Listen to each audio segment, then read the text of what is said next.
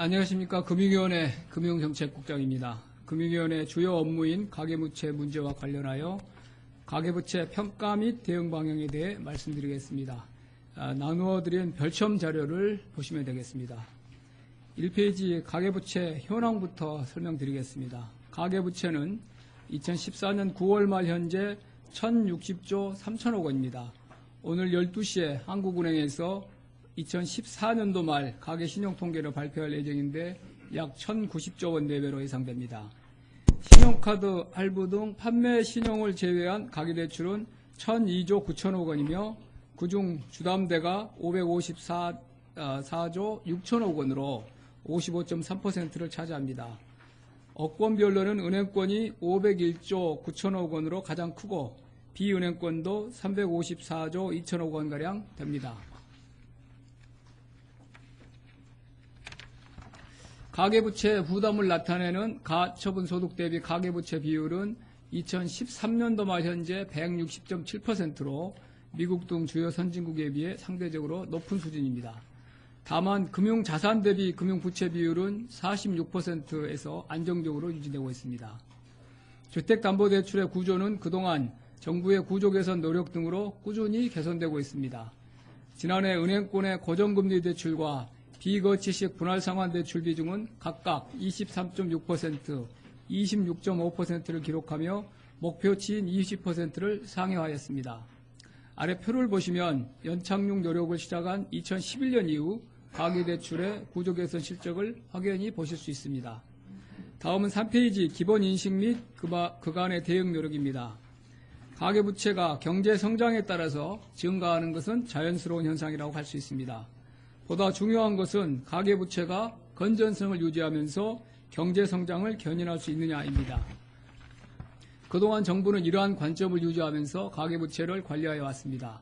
금융시스템 건전성 차원에서는 부채 증가 속도를 적정 수준으로 관리하고 대출구조 개선과 금융기관 자본 대응력 확충에 역점을 두었고 가계 건전성 측면에서는 다양한 가계소득 제고 노력과 함께 취약계층에 대해서는 맞춤형 금융지원 노력을 지속해 왔습니다. 그간의 대응 노력을 시간 흐름에 따라서 말씀드리겠습니다. 먼저 지난 2011년 6월 가계부채 연착륙 종합대책을 마련하여 가계부채 관리 방안의 기본 틀을 설계하였습니다. 가계대출 증가 속도를 경제성장률 수준으로 관리하고 고정금리, 분할상환 중심으로 대출 구조를 개선하며 취약계층에 대한 맞춤형 지원을 추진하는 것을 기본 내용으로 하였습니다. 이후 가계부채 동향 등을 모니터링하면서 지속적으로 보완해 왔습니다. 지난 2012년 2월에는 제2금융권 대출 증가에 대응하여 보완 대책을 마련하였습니다. 2013년에는 집값 하락으로 어려움을 겪는 하우스포에 대한 대책을 마련하였고 국민행복기금 등을 통해 취약계층에 대해 부채 부담을 덜어드린 바 있습니다. 이러한 노력 등으로 2011년 이후 가계부채 증가 속도가 안정화되고 대출 구조도 큰 폭으로 개선되면서 우리나라 가계부채 문제가 시스템 위험으로 확산될 가능성은 상당히 낮아진 것으로 평가되고 있습니다. 지난 IMF 스트레스 테스트에서도 주택가격 하락, 금리 상승 등 경제 충격 발생 시에도 부실 확대 가능성은 미미한 것으로 분석되었습니다.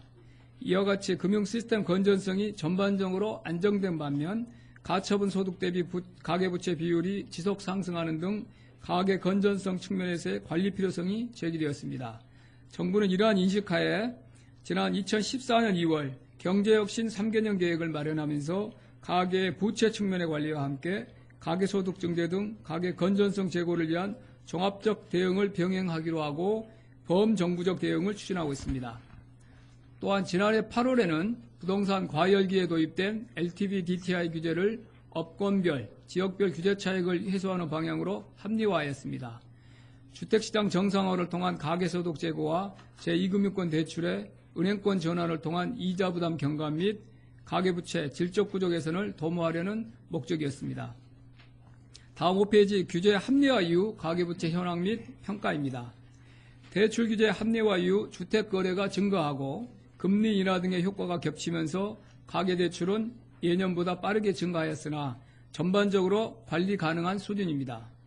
무엇보다도 대출의 70% 정도가 고소득에 집중되어 있어 전반적으로 상환 능력이 양호합니다. 금융자산이 금융부채보다 2배 이상 크고 부동산을 포함한 총자산은 총부채 대비 5배 이상 커 부채 담보력도 양호합니다. 연체율과 LTV가 낮고 은행 등 금융기관의 손실 흡수 능력도 충분합니다. 그리고 가계부채에 대해 정밀하게 모니터링하면서 다양한 스트레스 테스트도 지속하고 있습니다. 오히려 대출규제 합리화 이후 질적인 개선 효과가 뚜렷하게 나타나고 있습니다. 고정금리 분할 상환 비중이 꾸준히 확대되고 제2금융권 대출이 은행권으로 전환되면서 기대했던 개선 효과가 나타났습니다. 또한 국제신용평가사 무디스는 우리나라 정부의 가계부채 구조 개선이 성과를 보이고 있다고 최근에 평가한 바 있습니다. 금리 인하에 따른 리파이낸싱으로 가계 이자 부담도 크게 감소했습니다. 최근 통계청의 가계동향 조사에 따라 이자 비용 감소 규모를 추정해 봤습니다. 지난해 하반기 중에 연간 4,785억 원의 절감 효과가 있었습니다. 또한 신규 대출의 80%가량이 주택 구입, 기존의 고금리 대출 전환 등 생산적인 곳에 사용되면서 주택 거래량이 8년 만에 처음으로 100만 원을 초과하는 등 주택시장 정상화와 실수요자 주택금융 이용에 기여한 것으로 보입니다. 반면 생계자금 용도 비중은 12% 내외로 큰 변화가 없었습니다. 최근 IMF는 연례협의회에서 우리나라 가계부채가 단기적으로 거시경제의 위협 요인이 아니며 대출 구조가 고정금리, 분할상환 위주로 강해지고 있다고 평가한 바 있습니다. 다만 아직까지는 변동금리와 일시상환 대출의 비중이 높아서 향후 금리 상승 등 대내외 충격 가능성에 선제적으로 대비해야 할 필요가 있습니다. 주택대출 규제 합리화 이후에 상호금융권의 토지, 상가담보대출이 증가하는 풍선 효과에 대한 관리 강화도 필요한 상황입니다. 또한 저소득층의 높은 부채 부담과 가계의 상환 능력에 대한 우려도 불식시킬 필요가 있습니다. 7페이지 향후 대응 방향입니다. 그동안 추진해온 정부 정책의 일관성을 유지하면서 일부 약한 부분에 대해서는 보완 방안을 마련하여 대응할 계획입니다. 첫째, 기존 대출을 중심으로 구조 개선을 적극 추진할 계획입니다. 이것은 잠시 후에 가계대출 구조 개선 프로그램 세부 방안을 설명드리면서 말씀드리겠습니다. 둘째, 상호금융권에 대해서는 현재 토지 상가담보대출에 대한 실태조사가 진행 중인 만큼 조사 결과 등을 바탕으로 3월에 관계부처 합동 상호금융정책협의회에서 토지 상가담보대출에 대한 LTV 가이드라인 등을 마련하여 대응하겠습니다. 마지막으로 금융기관 스스로 상환능력 심사 방식을 개선하도록 하여 처음부터 갚아나갈 수 있는 구조를 정착시키겠습니다. 다음 페이지 참고 2는 그동안의 가계부채 관련 주요 정책을 정리한 내용입니다. 참고해 주시기 바랍니다. 11페이지에 많이들 궁금해하시는 가계대출 구조개선 프로그램 세부 추진 방안을 설명드리겠습니다. 기본적인 내용들은 지난 1월 금융위원회 업무계획 발표 시에 설명을 드렸던 만큼 오늘은 새로운 내용 위주로 말씀드리겠습니다. 먼저 이번 가계대출 구조개선 프로그램의 상품명은 안심전환대출입니다. 낮은 고정금리와 나누어 갚아나가는 대출로 전환하여 대출자가 이자 부담과 일시상환 위험으로부터 안심할 수 있다는 의미를 지니고 있습니다. 다음은 전환 대상입니다. 은행권 주택담보대출 중 변동금리 대출이거나 이자만 내고 있는 대출이 대상입니다. 기존 대출 은행에서만 전환이 가능하고 주택가격 9억 원 이하, 대출금은 5억 원 이하인 차주만 가능합니다.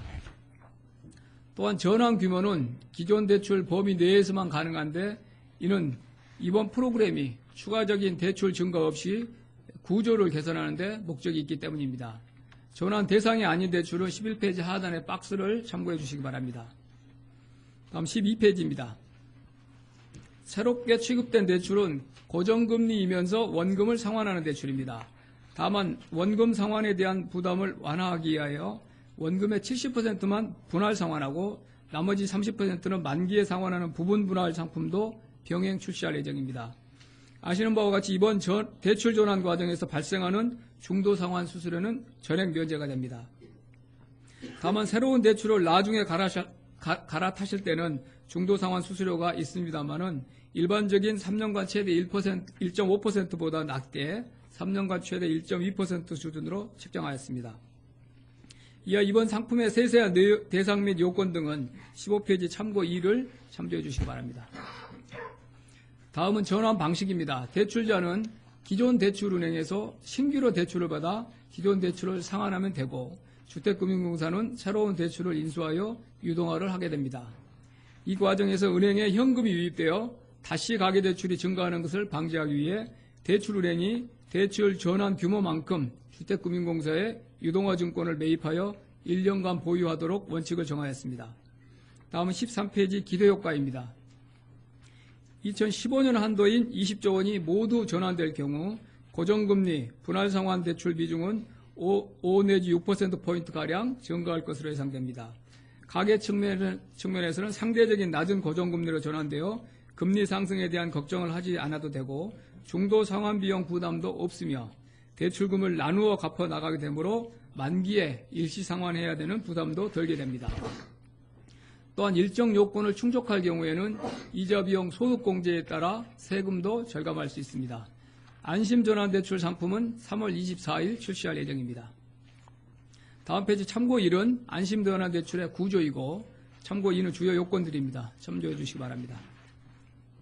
17페이지 참고 4는 이번에 업무계획 발표 시 나누어드렸던 구체적인 사례입니다. 참고하시면 되겠습니다. 마지막으로 자료 18페이지 주택금융신용보증기금 출연료 제도 개편 방안을 말씀드리겠습니다. 주신번은 금융기관의 주택자금 대출에 출연료를 부과하여 대위변제, 재원 등으로 활용하고 있습니다. 현재 출연료 체계는 대출별로 적용되는 기준요율과 전년도 대위변제율에 따라 가산, 감면하는 차등요율로 구성되어 있습니다. 다만 현재 출연료는 대출구조 개선으로 주택금융시장 안정에 기여하는 경우에 대한 별도의 인센티브가 없는 상황입니다. 또 기준요율 체계가 너무 복잡하고 차등요율은 가산, 감면 기준이 상이한 문제가 있습니다. 정부는 이번에 이러한 문제점을 개선하고 가계대출의 구조 개선을 유도할 수 있도록 주신보 출연료 제도를 대폭 선진할 계획입니다. 우선 우대 요율을 신설해서 구조 개선을 통해서 주택금융시장 안정에 기여한 금융회사에 대해서는 출연료를 감면할 계획입니다. 그리고 복잡한 기준요율 체계를 단순하게 정비하고 차등요율 부과 기준도 합리적으로 조정할 계획입니다. 이렇게 될 경우 구조 개선 실적에 따라서 금융회사별로 출연료 차이가 확대되면서 전반적인 출연료 부담은 감소하게 됩니다. 주택금융공사의 시뮬레이션 결과 금융기관이 부담하는 평균적인 출연료율이 0.26%에서 0.17% 정도로 35% 정도 감소할 것으로 예상됩니다. 금액으로는 연간 약 2천억 원 정도에 해당하는 수준입니다. 금융회사의 구조개선 유인을 제공함과 동시에 출연료율이 떨어질 경우에 궁극적으로 대출금리 인하에도 기여하여 가계의 이자 부담을 줄이는 데도 제도 개편이 도움이 될 것으로 기대하고 있습니다. 자세한 그 출연료율 개선 내용은 19페이지 참고 1을 보아주시기 바랍니다. 이상 가계부채 평가 및 대응 방향에 대해서 말씀드렸습니다. 감사합니다. 지금부터 질의응답 시간을 갖겠습니다. 질문 있으신 기자님들은 손을 들고 질문해 주시기 바랍니다.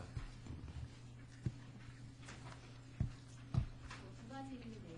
하나는 보도자료 6페이지 보면은 LTVTI 규제 완화 이후에 신규 대출 중 생계 목적 대출 비중이 변화가 없다 이렇게 하셨는데 그 근거가 뭔지 궁금하고요.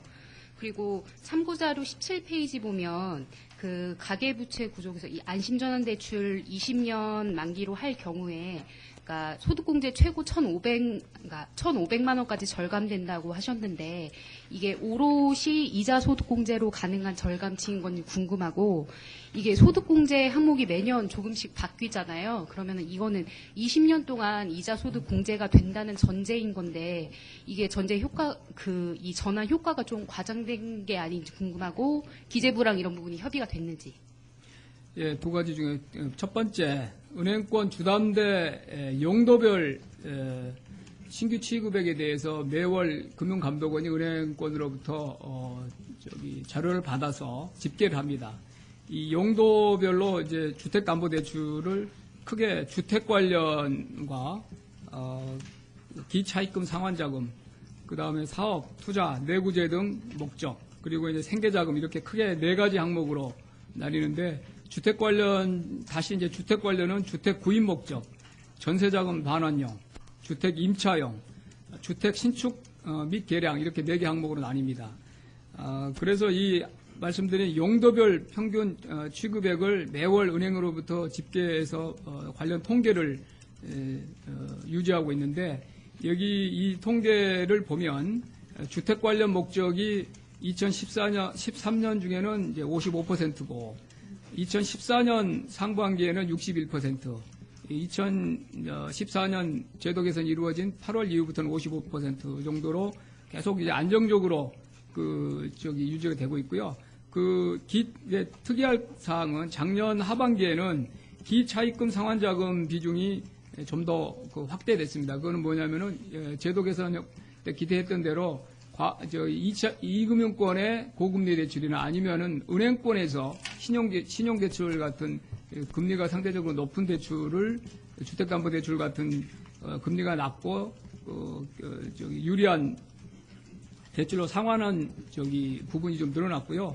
여기 이제 마지막 부분이 생계자금인데 생계자금 쪽은 2013년에 11.6%인데 2014년 전반기 1월부터 7월까지 전반기보다 제도 개선이 일어나기 전까지는 12.1%, 그리고 제도 개선이 일어난 2014년 8월부터 12월 중에 12.6%입니다. 그래서 이 생계자금 용도는 2013년이나 예년에 비해서 특별히 이쪽이 더 늘어났다거나 이런 추이를 보여주지 않고 있다는 그런 말씀을 제가 드리는 거고요. 두 번째, 우리가 사례에 보면 김 기자님 지적하신 대로 이게 이제 엄밀하게 하려면 사실 이제 한 경우에는 그냥 이자만 내고 20년 동안 이자만 내다가 나중에 갚는 경우에는 이자 이제 총 20년 동안 이자를 우리가 계산을 해놨고, 그 다음에 분할 상환한 경우에는 이자 부담이 이제 줄어드는 경우가 있는데, 거기도 더 엄밀하게 보면 사실은 분할 상환 하면은 원금을 미리 이제 1차 년도부터 갚아 나가기 때문에 원금에 대한 기회 이자 손실 같은 걸 감안하면 엄밀히 보면 이렇게 이 숫자가 다소 차이가 날 수 있는데, 제가 그런 사항까지는 가정해야 될 사항이 너무 많기 때문에 단순하게 저희가 비교한 사항이고요. 그 다음에 소득세, 이자 소득세 감면 효과, 그것도 이제 금액이 큰 경우를 저희가 감안한 것이고, 이 제도는 그 20년 후의 제도를 저희가 지금 당장 말하기는 어렵지만 정부의 이쪽 주택 대출 관련한 세제의 기본적인 방향은 이 구조 개선 쪽으로 더 안정적인 대출에 대해서 소득 감면 쪽을 늘려가는 쪽으로 그렇게 일관되게 유지를 해왔습니다. 그래서 이 기조가 바뀔 것이라고는 생각하기 어렵습니다. 예.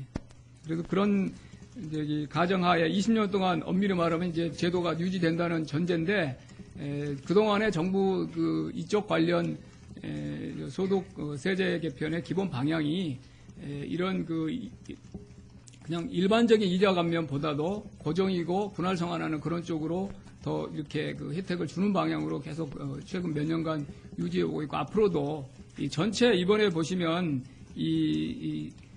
출연율 개편도 그렇고 이 구조 개선 쪽에 기여하는 그런 방향으로 정부의 조세 정책도 그렇고 출연율 같은 쪽으로 계속 좀 이렇게 인센티브를 좀 늘려나가는 쪽으로 그렇게 설계가 되어 있기 때문에 그런 전제하에서 이 사례를 제시했다는 쪽을 말씀드립니다.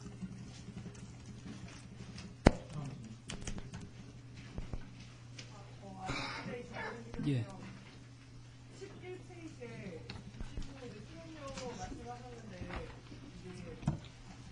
이게 얼마를 감면한다는 건지 수익률 같은 경우는 얼마 감면해주겠다 이런 내용들이 나왔는데, 여기는 지금 감면하겠다만 나오고 얼마 이렇게 나오지가 않아서 구체적인 숫자가 궁금하고요. 그리고 기술금융종합상황판처럼 은행도 이렇게 순위를 발표할 예정이신지 궁금합니다.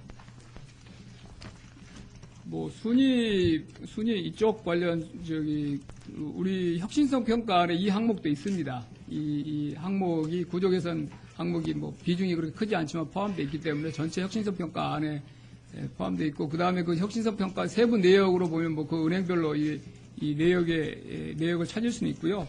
이 가계부채 평가 및 대응 방안 우리 저희 그 보도자료에 보면 20페이지에 보면 그 얼마를 그 우대할지에 대한 그 내용이 나와 있습니다. 이 구조에서 목표 초과에 따른 출연율 감면 방향, 그래서 목표가 올해 같은 경우에는 2015년 말은 25%입니다. 정부가 은행에 제시한 목표가. 그런데 이 인센티브의 그 기준은 이보다 5%포인트가 더 높은 30%로 이렇게 설정을 했습니다. 그래서 30%보다 더 33%, 여기 보면 31 내지 3%포인트를 초과한 경우에는 1bp를 감면해주고, 3 내지 5%포인트를 초과하는 경우에는 2bp를 감면해주고, 5%포인트를 초과하면 3bp를 감면해주니까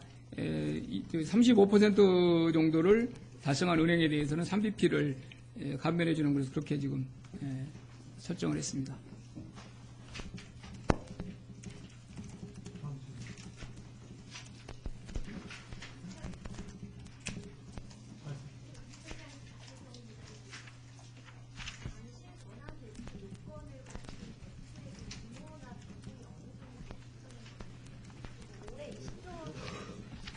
올해 20조 원 한도 내에서 시행한다고 하셨는데, 그럼 이 20조 원이 이 요건을 갖춘 대출들의 구조를 해결하는 데 좀 어느 정도에 기여할 수 있는 수준인 건지 궁금합니다.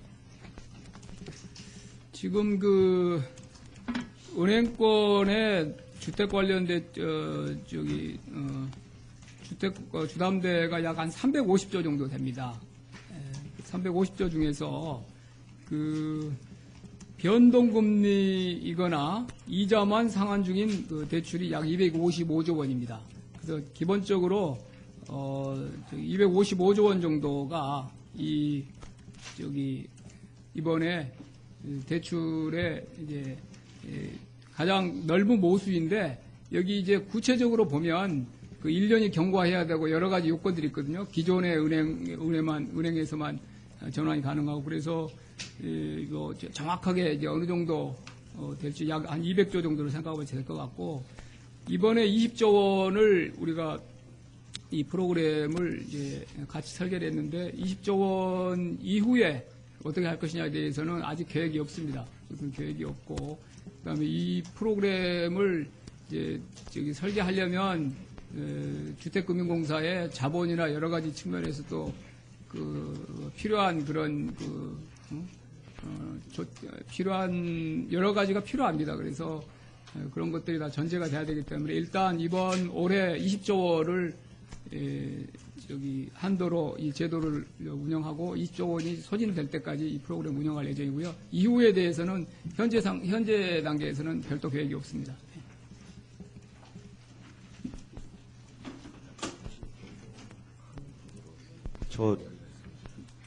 국장님, 저 머니투데이 방송 권순우인데요. 그래서 다시 한번 정리해서 말씀드리면, 그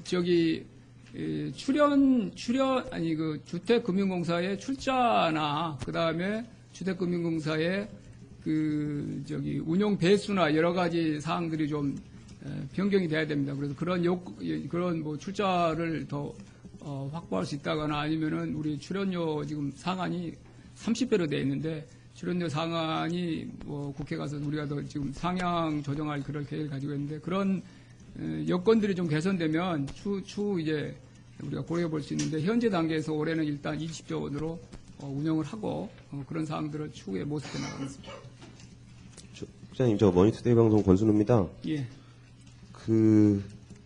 대출은행은 전환 규모에 비례해서 MBS를 매입 보유라고 돼 있는데, 이게 은행 입장에서는 금리 한 3점 몇 프로 받을 수 있는 대출 채권을 뺏기고 2점 몇 프로짜리 저금리 MBS를 떠안게 되는 구조잖아요. 예. 그러면 이게 보통 그 금융당국에서 주로 하시는 말씀이 시장 가격에는 개입하지 않겠다 이런 거를 주로 얘기를 하시는데, 이거는 사실상 그 주택담보대출 금리를 낮추는 게 사실상 강제되는 걸로 보이는데, 뭐 은행권의 수익성을 꼭 지켜줘야 된다는 것까지는 아니겠지만 주택담보대출 구조를 바꾸기 위해서 대출금리를 금융당국이 강제로 낮추는 거랑 뭐 한 달이 걸러서 가긴 했지만 사실상의 효과는 똑같잖아요. 그러면은 이게 그냥 가격 개입하는 거지 한 달이 건넜다고 해서 그게 가격 개입이 아니라고 볼 수 있을지 좀 의문이 좀 들거든요. 그리고 한 가지 있고 지난번에 이거 국회에서도 나왔던 얘기인데 오늘 통계에서도 좋은 얘기들 많이 쓰셨고 그동안 가계부채 구조 개선들 잘 되고 있는 거 뭐 통계적으로 보나 뭐 질적으로 양적으로 다 인정을 하겠는데 그 2014년 말 이후에 정부에서 공격적으로 가계대출 LTV DTI 완화하면서 뭐 가처분 소득 대비 비율도 여기는 2013년까지밖에 안 쓰셨는데 오히려 더 비율이 더 늘어나는 효과가 나타나고 있잖아요. 예. 이런 거에 대한 언급을 좀 해주셨으면 좋겠어요. 두 가지 드리겠습니다. 예, MBS 부분은 기본적으로 이번 전환 프로그램은 은행권과 주금공 그다음에 정부 다 모여서 수개월간에 사실 뭐 길게 겉으로 올라가면 2014년 2월달에 우리가 가계부채 구조 개선 계획에서 사실 이제 예고를 했습니다. 이런 프로그램들을 구상하기로. 그런데 이제 출자나 이런 주금공이나 정부 차원에서는 이제 출자 여력이 확보가 돼야 되고, 그다음에 제도를 설계를 수개월 동안 같이 했는데, MBS 부분은, 1년 동안 사실은 이제 MBS 부분을 이제 보유하는 거고, 은행으로서도 MBS를 가지고 있으면 여러 가지 유리한 또 장점이 있습니다. 우리, 유동성 비율이나 이런 쪽을 충족을 해야 되는데, 그래서 은행에서도 양질의 국채나 MBS를 보유해야 될 유인이 있기 때문에 그런 측면에서도 플러스가 되는 거고, 구체적으로 이 대출 자산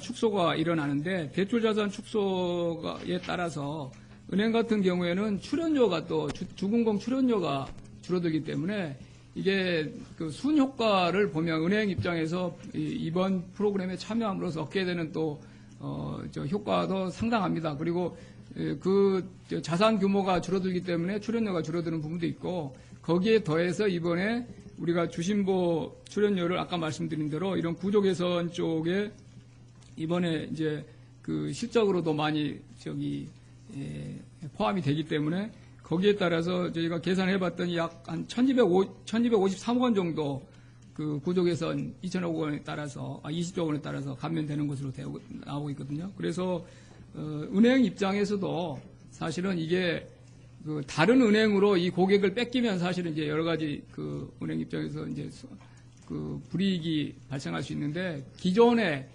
이번 프로그램을 우리가 설계하면서 은행과 그래도 같이 이런 프로그램을 설계할 수 있었던 가장 큰 이유는 기존의 은행, 이미 지금 거래하고 있는 은행에서 전화를 합니다. 그래서 중도상환 수수료도 없앨 수 있는 거고, 그리고 은행 입장에서도 이제 선선히 또 고객을 다른 은행으로 뺏기는 게 아니기 때문에, 그래서 MBS 부분에 대해서 단순하게 지금 기대하고 있는 지금 기존 대출, 그 다음에 MBS 이 부분으로 단순하게 이자율 하나만 가지고 비교할 수가 없고, 은행은 이익을 추구하는 기관이죠. 금융회사인데, 금융 전체적으로 보면 또 시스템 안정에 기여를 해야 될 또 아주 시스템의 일원이기 때문에 그런 또 넓은 의미의 의무도 지고 있습니다. 그래서 이런 일방적으로 어떤 구조 개선에 따라서 어떤 프로그램을 강제하는 것이 아니고, 은행들의 지금 기존 상품의 구조, 그 다음에 고객 관계, 그 다음에 여러 가지 은행의 이런 주택담보대출 말고 다른 또 유동성 비율이나 이런 것들을 감안해서 은행의 이익과 다소간의 부담, 그 다음에 주금공도 사실 이번 프로그램 하면서 또 출연료 같은 것들을 많이 좀 이익을 많이 반환하는 그런 희생을 하거든요. 그래서 그런 것들이 다 이렇게 합쳐져서 이번 프로그램이 설계됐다 이렇게 말씀드릴 수 있고요. 두 번째 가처분 소득 대비 부채 비율 3년 내에 5%포인트 낮추기로 한 약속은 사실 무거운 것입니다. 정부가 가계부채 문제를 해결하면서 단순하게 부채 규모만 조절하는 차원이 아니고 근본적으로 소득 규모에 맞도록 가계부채 문제를 분자와 분모를 동시에 관리하겠다는 그런 인식을 하고 그걸 대회에 약속한 것이기 때문에 5%포인트를 낮춘다고 그랬는데 초년도부터 늘어난 것이 아니냐, 약간 늘어난 것이 맞습니다. 작년에 이제 LTV DTI 이런 거 합리화도 있고 주택시장도 정상화되고 그러면서 그래서 이거는 이제 3년 동안의 약속이기 때문에 조금 더 긴 호흡으로 좀 지켜봐 주시고 이제 말씀드리면 부채는 어떤 제도 개선이 되고 그러면은 상당히 빨리 즉각적으로 늘어나는데 이 소득이 늘어나는 부분은 뭐 소득이야 여러 가지 경로가 있겠습니다만은 이게 그 채널은 상당히 실현되는데 시차가 좀 있습니다. 그래서 여러 가지 뭐 이렇게 가계 소득을 늘리는 그런 대책들이 지금 나오고 있는데 그게 이제 하나하나씩 이제 효과를 보면서 늘어나야 되는 부분이어서 또 그리고 그거는 금융위원회만으로도 할 수 없는 문제고 범정부적으로 추진해야 될 사항이기 때문에 이 경제팀에서는 이 3개년 경제혁신 3개년 계획 안에 이 비율이 포함되어 있고 대외적으로 이제 관리해야 된다는 사항에 대해서는 인식을 같이 하고 있고 최선의 노력을 다할 예정입니다. 예. 이게 지금 만기에 따라서 금리가 아직 확정되지 않았다고 표현되고 있어서 만기가 10년짜리, 30년짜리 있잖아요. 예. 만약에 30년일 경우에도 만약에 금리가 2.8, 1.9라면 이 보금자리론과 비교해서 저 같은 경우에 시장한 대출을 받다가 1년 뒤에 이게 전환하는 게 오히려 유리할 수 있겠다는 거거든요. 지금 금리가 어떻게 계획되고 있는 건가요? 이런 뭐 보금자리론이나 디딤돌더치 같은 이런 정부의 소득 지원이 포함된 그런 프로그램으로 받은 분들은 이게 해당이 안 됩니다. 이거는 그냥 예. 그러니까 이게 만약에 30년 만기인데 금리가 2.8, 2.9라면 예, 고정. 보금자리론이 30년 만기가 2년짜리 30년이거든요. 예. 1년짜리 일시당한 고정금리 대출을 받았다가 1년 후에 이걸로 갈아타는 게 오히려 금리가 이득일 것 같아서 혹시 뭐 보금자리론 금리와 이게 약간 연계돼 있다는 이번 프로그램은 이번 이제 3월 24일이면 이 프로그램이 이제 월 단위로 계속 이제 월 단위로 이제 금리를 설정하고 이제 이렇게 운영하고 다음 금리를 변경해서 다시 또 하고 해서 이제 소진될 때까지 이게 프로그램을 운영하는데 그 월 기준으로 이미 1년 전에 이루어진 대출을 대상으로 합니다. 새로 대출은 이미 그러니까 이루어진 이 어떤 대출을 지금 일으키실 수 있는 게 아니고 이 과거에 대출이 일어나 지금 가지고 있는 분들이 여기 아까 말한 대로 이제 뭐 고정이거나 이런 분들은 뭐 이미 이제 안정적으로 금리를 갚아 나가기 문제 대상이 안 되고 변동금리면서 뭐 이자만 내고 있다거나 아니면은 뭐 거치 기간에 있다거나 분할 상환 이런 분들 이미 대출이 일어나 아까 말한 약 200조 원을 대상으로 일어나는 거기 때문에 질문을 조금 복잡하게 해서 그런데요. 예, 만약에 너무 어렵네. 대출을 받는데 보금자리론 30년 만기는 3.25잖아요. 예. 만약 이게 올해만 하고 끝나는 게 아니잖아요. 기존으로. 만약에 이제 제가 이제 집을 살 때 차라리 일시당한 고정금리 대출을 받아서 내년에 또 하게 되면 갈아타는 게 나을 수도 있겠어요. 보금자리론에는 일시상한 고정금리 없습니다. 고정뿐 아닙니다. 그러니까 보금자리론과 비교해서 이게 더 금리 경쟁력이 높으면 저 같은 경우에 보금자리론을 고민하던 사람이 일시상한 대출을 받았다가 1년 뒤에 갈아타는 것까지 생각할 수 있어요. 그때 금리가 올라갈 때 내려가겠습니다. 기준을 바꿔서 10년이나 30년에 따라서 금리 차이는 별로 없나요?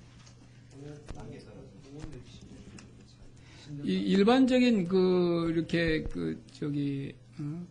금리 구조에 따라서 이게 이 펀딩 스트럭처가 바뀌잖아요. 매월 설정을 할 때. 그러면 전반적인 상황 지금으로서는 2.8 내지 내외 정도로 될 수 있을 것 같은데 지금. 근데 이제 이거는 이제 4월, 5월, 6월 달은 어떻게 될지. 그다음에 그 월에서 만기별로는 그 은행권에 그러니까 기존에 지금 당시에 시점에 이자율의 만기 구조나 뭐 일드 커브나 이런 것들을 반영해서 코스트 오브 캐피탈을 반영한 이제 금리를 설정하기 때문에 지금은 현재 지금 뭐 이자율 구조가 상당히 평탄화돼 가지고 근데 약간 그래도 좀 만기 긴 것이 조금 더 금리가 높죠. 그래서 지금 사실 아까 그러면 20조 원이 소진되면 어떻게 할 것이냐에 대해서 제 대답이 좀 모호할 수밖에 없는데, 예, 이게 이제 정부 입장에서는 구조 개선을 해야 이제 가계부채 문제에 대한 어떤 그 시스템 불안 요인도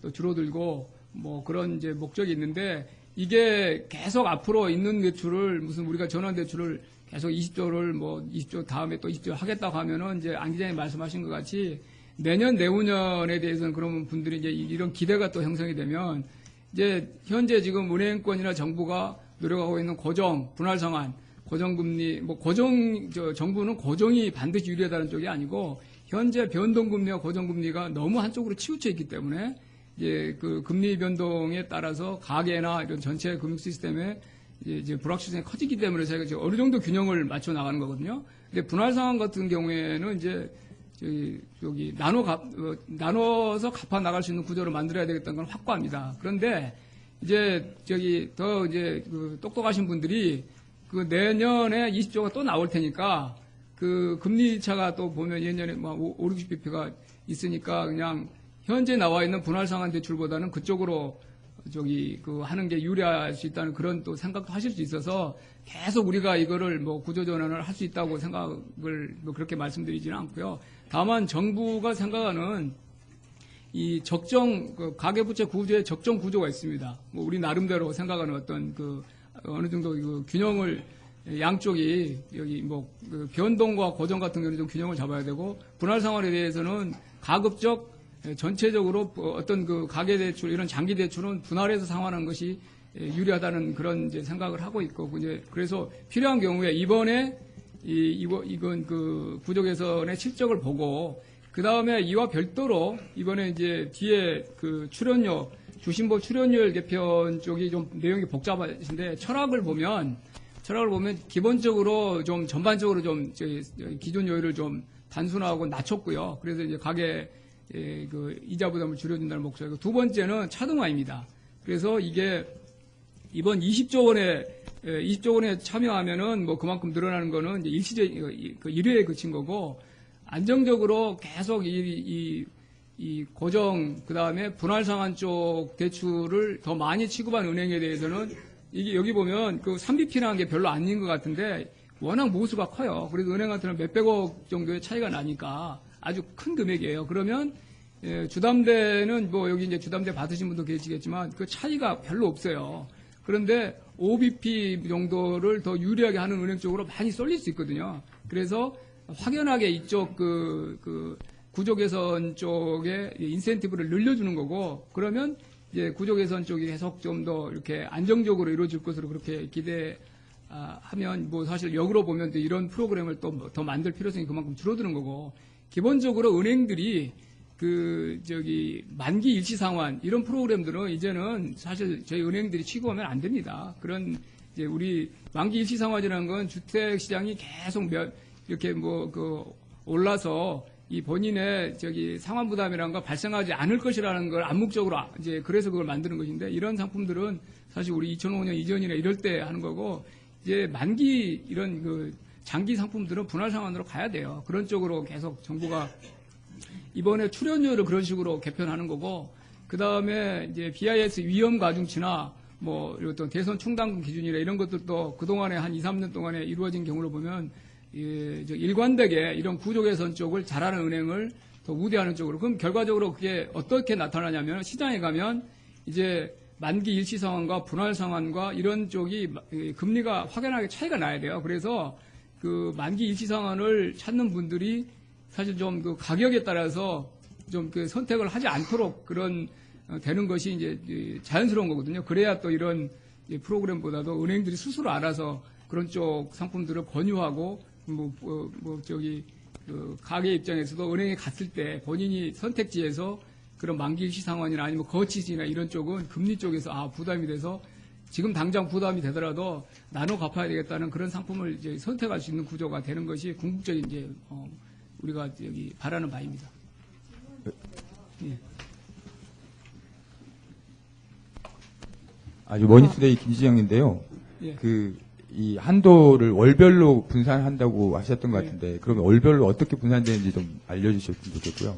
아니, 월별 한도라기보다 월별은 3월부터는 이제 한도 없이 이제 3월 달에 한 달간 파는 거예요. 이론적으로는 그냥 한 달에 팔 수도 있고. 한 달에 20조가 다 나가도 그럴 그렇습니다. 수도 있다는 거죠. 예.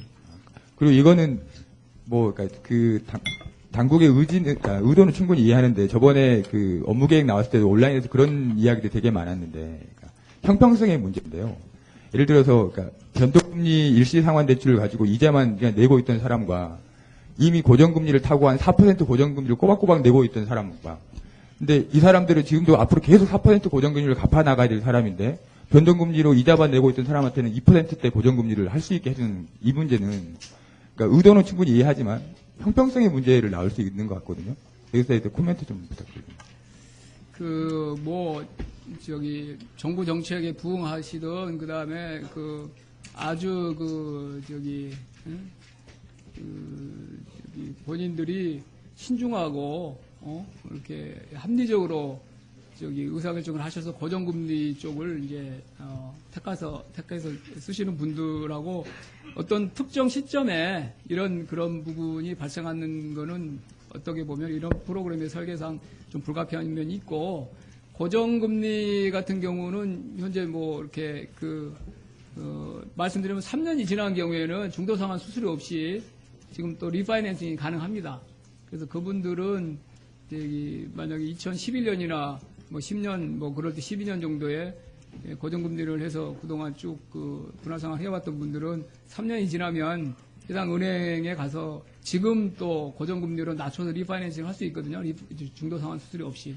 그래서 그렇게 대응하시면 될 것 같고 말씀드린 대로 이게 구조개선 프로그램이라는 것을 우리가 한쪽에 이렇게 염두에 두고 뭐 고정이나 이런 쪽을 한 게 아니고 계속 은행과 같이 상당히 은행한테는 20%포인트, 사실 2010년, 11년 그 통계를 저희가 제시해 드렸는데, 고정과 그 다음에 분할상환을 보면 고정 같은 경우에는 거의 없었어요. 그 다음에 분할상환도 5%포인트인데, 지난 한 3년 사이에 눈에 띄게 많이 늘어났는데, 은행들도 이런 상품에 이제 우리 목표치가 있으니까 이거 지키려고 노력하는데, 작년에 상당히 많이 이제 고생을 했어요. 그리고 현장에서 보니까 사실 우리는 기존 거를 좀 바꾸기를 기대했는데 현장에서 보니까 이 비율을 맞추려고 또 신규 대출을 많이 늘리더라고요.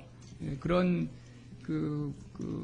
은행들의 고충과 그동안 제도 운영 과정에서 필요성 때문에 20조 원을 우리가 설계하게 됐는데 아까 말한 대로 고정금리 분할상환을 택해서 하신 분들은 뭐 이자 변동 위험이나 어떤 그런 것에 대한 걱정 없이 본인이 이제 그 효과를 보고 있다고 제가 말씀드리고 이제 3년이 지나신 분들은 리파이낸싱이 가능하다. 그래서 그분들이 뭐 이 프로그램이 아니지만 현재 지금 낮은 금리로 갈아타실 수 있다는 점을 말씀드리고 어떤 시점에 뭐 그런 이제 부분이 있는 거는 뭐 저희가 좀 불가피하다고 그렇게 말씀드리겠습니다. 예, 질문이- 마지막으로 한 2명만 받겠습니다. 예. 안심전환 대출로 이제 갈아타면은 이게 사례를 보면 이제 매월 갚아야 될 이제 금액이 이제 2배 가까이 늘어나게 되는데 이럴 경우에 뭐 연체율이 늘어날 우려는 없는지 하고요. 그리고 이거 만약 갈아탔다가 정부 말 듣고 이제 금리가 낮다고 갈아탔다가 나중에 못 갚아서 연체를 하게 되고 아니면 다른 쪽으로 이제 추가로 이제 대출을 내서 이쪽으로 이렇게 좀 그래서 부채가 늘어나는 쪽으로 이제 부채가 늘어나는 오히려 가능성은 없는지 그러니까 추가 뭐 제1금융권이나 이런 신용대출로 이제 갚아 나가는 이런 식의 좀 부작용이 있지는 않을지. 그래서 이제 가게 입장에서는 말씀하신 대로 일단 원리금은 언젠가는 갚아야 될 거죠. 그래서 지금 갚느냐 나중에 갚느냐인데 정부는 바로 4달 이 상품은 바로 이제 첫 달부터 금리는 낮고 이제 기간 전체적으로 부담이 줄어들지만 원리금 쪽으로 보면은 이제 갚아 나가야 될 금액이 높아지는 거는 이제 분명한데 정부와 은행은 이 분할 상환이 연체율을 훨씬 더 낮출 걸로 봅니다. 이게 지금 뭐 저기 초년도 아니면 뭐 저기 초기 한 6개월 동안에 원리금을 더 내기 때문에 어려우실 분들은 대출을 뭐 그런 상황이 있는 분들은 대출을 저는 이제 신청을 하지 않을 걸로 보고 그냥 은행 입장에서도 이제 뭐 그런 대출 심사할 때 승인이 안 나갈 것 같고 그래서 이거는 이제 근데 심리적인 부담이 있어요. 원금을 포함시켜서 그런데 이 부분은 아까 제가 말씀드린 대로 우리 이제 장기 대출을 취급하는 은행이나 장기 대출을 신청하는 차주나 다 이 부분에 대해서는 인식을 좀 우리가 좀 고쳐야 됩니다. 이 장기 대출들은 분할 상환에서 갚아 나가야 된다. 이 원금이라는 게 어디 가는 게 아니잖아요. 그리고 과거에는 이제 부동산 가격이 상당히 뭐 높이 증가율이 5 내지 10% 됐기 때문에 내가 계획하는 5년 내지 10년 동안에 내 부동산은 뭐 30 내지 50% 정도 하고 그거를 팔면은 이제 저기 자본 차익 때문에 내 원금은 그때 가서 상환하면 되는 걸로 생각하고 그렇게 합리적으로 뭐 그때는 또 그런 합리적 기대였는데 지금은 이제 부동산 증가율 같은 거 보면은 연 1 내지 2%이기 때문에 상당히 안정적인 그런 성숙 경제, 성숙 시장으로 됐기 때문에 분할 상환을 해 나가야 되고 분할 상환을 해 나가는 그 고객들이 훨씬 더 초기에 대출 기간 초기에 심리적 부담도 있고 좀 이제 가계 지출 같은 경우에 부담이 되겠지만 전체 기간으로 보면 훨씬 더 대출 상환 원리금의 대출 상환 가능성을 높이는 쪽으로 그렇게 작용할 것으로 보고요. 또 하나 더 또 이자가 아니, 어떻게 대출로 늘어나요? 그래서 기본적으로 이 본인이 이런 그 금액에 따라서 이제 원리금이 뭐 어떤 때는 그러니까 기간을 길게 가져가야 되겠죠.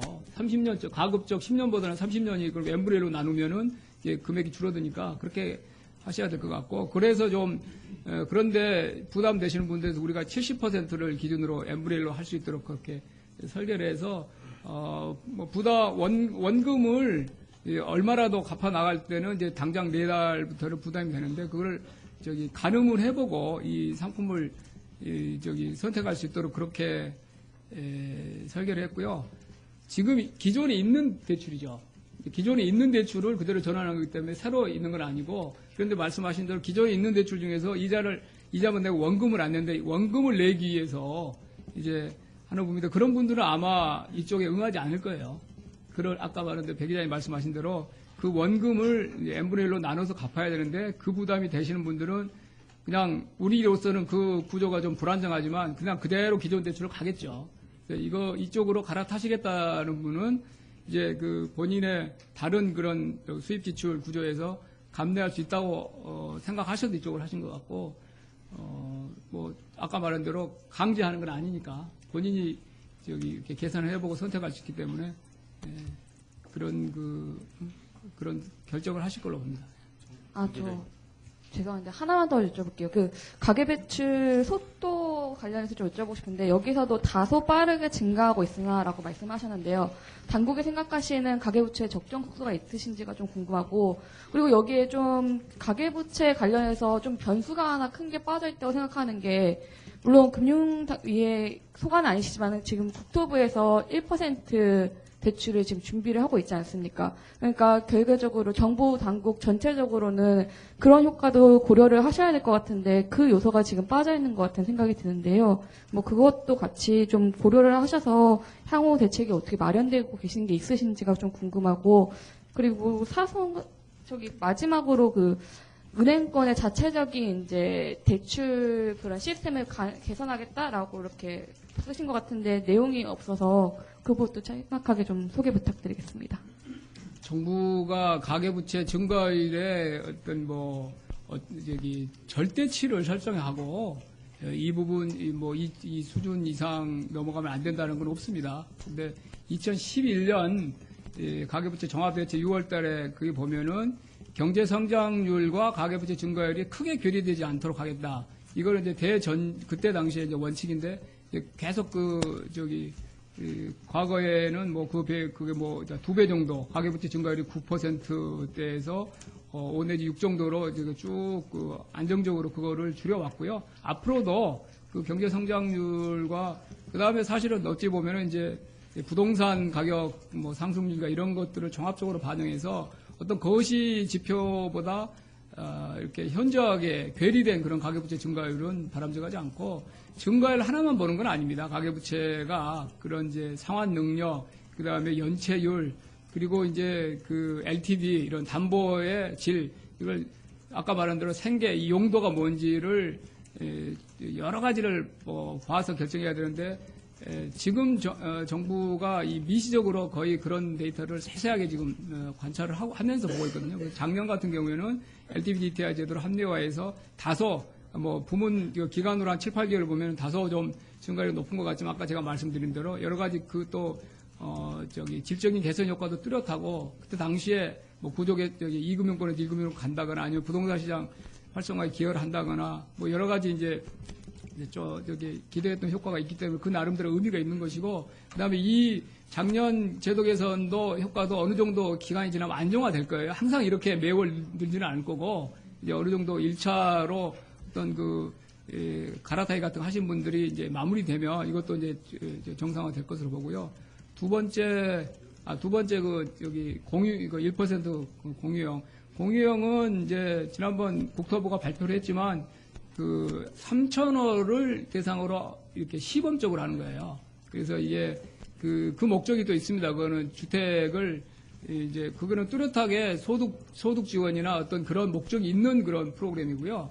그거는 한시적으로 주택 구입 목적으로 한시적으로 하는 거기 때문에 그거는 뭐 전체 가계부채나 이런 관리 대책에서 뭐 크게 이렇게 뭐 벗어나거나 그러지는 않고 국토부가 지난번에 발표한 대로 그게 이제 저소득층이나 어떤 그런 그 목적이 있기 때문에 거기에 그 목적에 걸맞게 매력적으로 만들어야 되는데 그렇다고 또 전체 정부의 가계부채 그 정책과 크게 괴리돼서도 안 되기 때문에 그 뭐 거치 기간이나 이런 것들은 국토부에서 금융위랑 지금 상의를 하고 있습니다. 그래서 그런 것들이 좀 국토부의 목적과 금융위의 전체적인 그런 가계부채 관리 그런 그 정책과 크게 벗어나지 않는 범위 내에서 최종 상품이 설계될 것으로 보고요. 상환능력 심사는 금융권의 상환능력 심사는 원칙적인 이야기입니다. 궁극적으로 이게 가장 바람직한 거는 제가 여러 차례 여기저기 답변 드린 거에서 말씀드렸지만 금융권이 스스로 알아서 부채 상환 능력을 정부의 규제 비율이 있어서가 아니고 스스로 알아서 이게 차주의 부채 상환 능력을 종합적으로 심사하는 것이 그것도 자율적으로 하는 것이 가장 안정적이고 우리 이제 선진국형이죠. 그래서 여러분들이 아시지만 DTI라는 게 지금 60%로 한도로 설정되어 있는데 실제 DTI가 적용되는 대출이라는 것이 수도권의 아파트에 국한되고 그러면 전체 주담대에 그게 한 뭐 25%, 30%밖에 되질 않아요. 현재 지금 정부가 운영 중인 DTI도 그래서 DTI 운영 밖에 지금 대출들이 많거든요. 그래서 근데 이 부분은 정말 차주의 어떤 사정이나 이런 것들이 다 제각각이 해서 일률적으로 정부가 이렇게 뭐 DTI 비율을 만든다는 건 어렵고요. 금융권 스스로 아까 은행과 상호금융이 같을 수가 없고 그 다음에 아파트와 상가 토지가 또 같을 수가 없어서 담보의 성격, 그 다음에 차주의 성격에 따라서 금융권이 스스로 이 적정한 담보 심사 능력을 갖추는 것이 가장 바람직하고 그런 쪽으로 금융권과 같이 계속 지속적으로 방안들을 고민하겠다 이런 이제 원칙적인 입장을 말씀드립니다. 예, 이상 마치고 뭐 실무자들이 와 있으니까요. 따로 질문하시죠.